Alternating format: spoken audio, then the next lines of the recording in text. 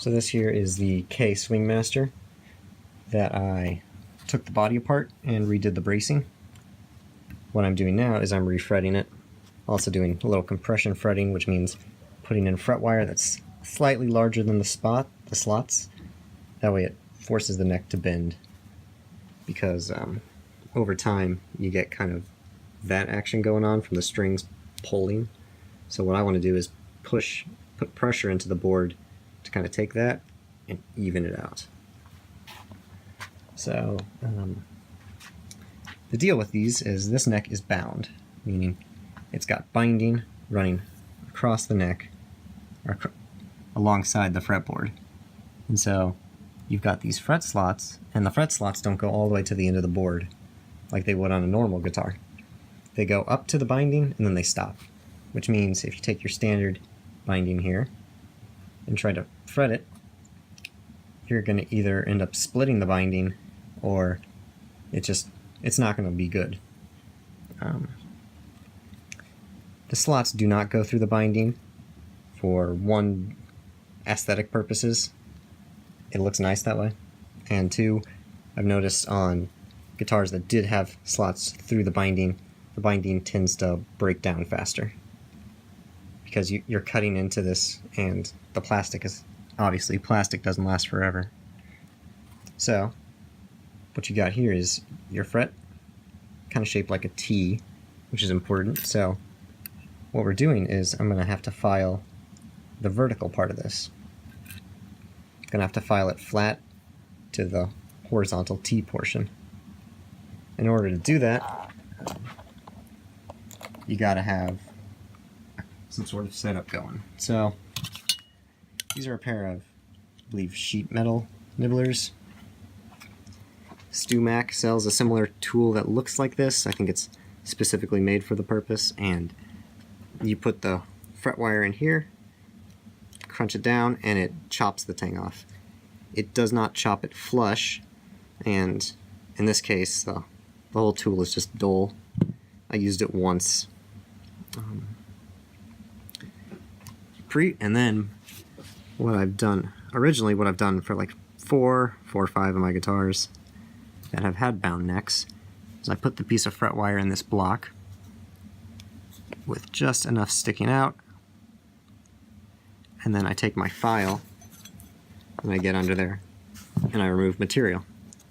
As you can tell, it kind of has made an indentation there where it's filed the wood away, and there's also this, it's more open.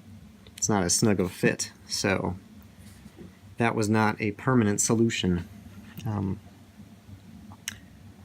Now, in order to make a permanent solution, what I've done is designed a little gadget here that will hold my fret wire so I can file it. So how it works is you've got two independent parts here. They are pretty much identical. The only thing is there's a bolt running through it, and it's glued into this block of wood, this piece of poplar. And so both of these pieces of poplar have Lexan epoxied on top of them. And so the Lexan has got two parallel grooves for different size fret wire to sit. And then I've also got these little channels here to help move the dust and shavings, kind of hold on to them so they, I don't know, don't get in the way too much. And then I've got these little, I guess you'd say, tabs. And the tabs you screw down and they hold the fret wire in place. So what I'm going to do is I'm going to use this slot, kind of push it together,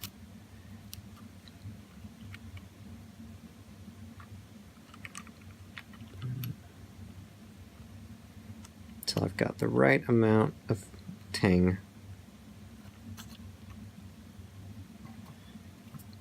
I'll come here and tighten it. Not going to go anywhere.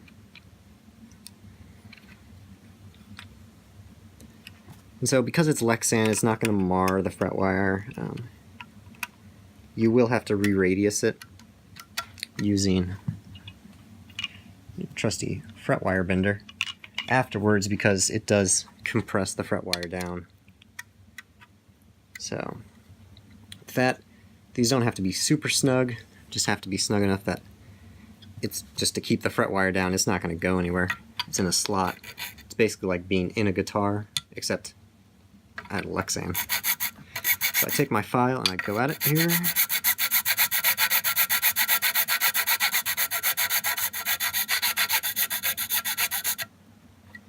Something I've learned is a good technique is to kind of angle the file to follow the radius of the fret wire if you've got already a radius fret wire.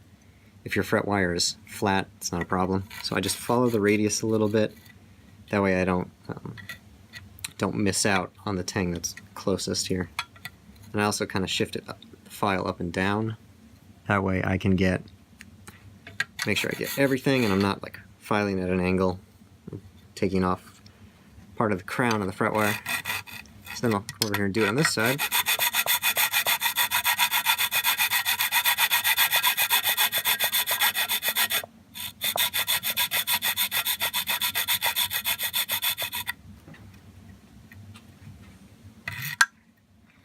Alright.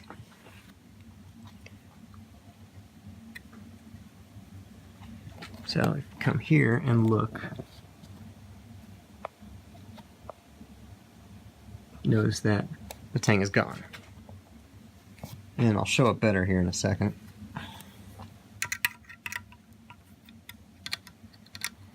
So just like, really it only takes about a quarter turn.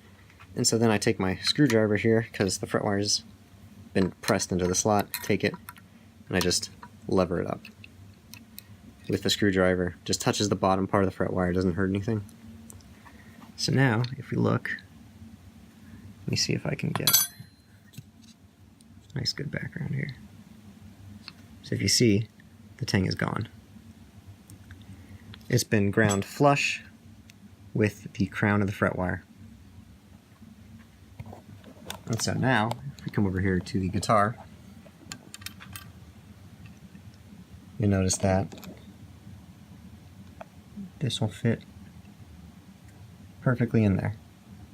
The tang of the fret wire stops when the board stops. So what I'll do is I'll take that, I'll run it through my little radius bender here, take some fish glue, glue it in, hammer it into place, and then it will be ready to go.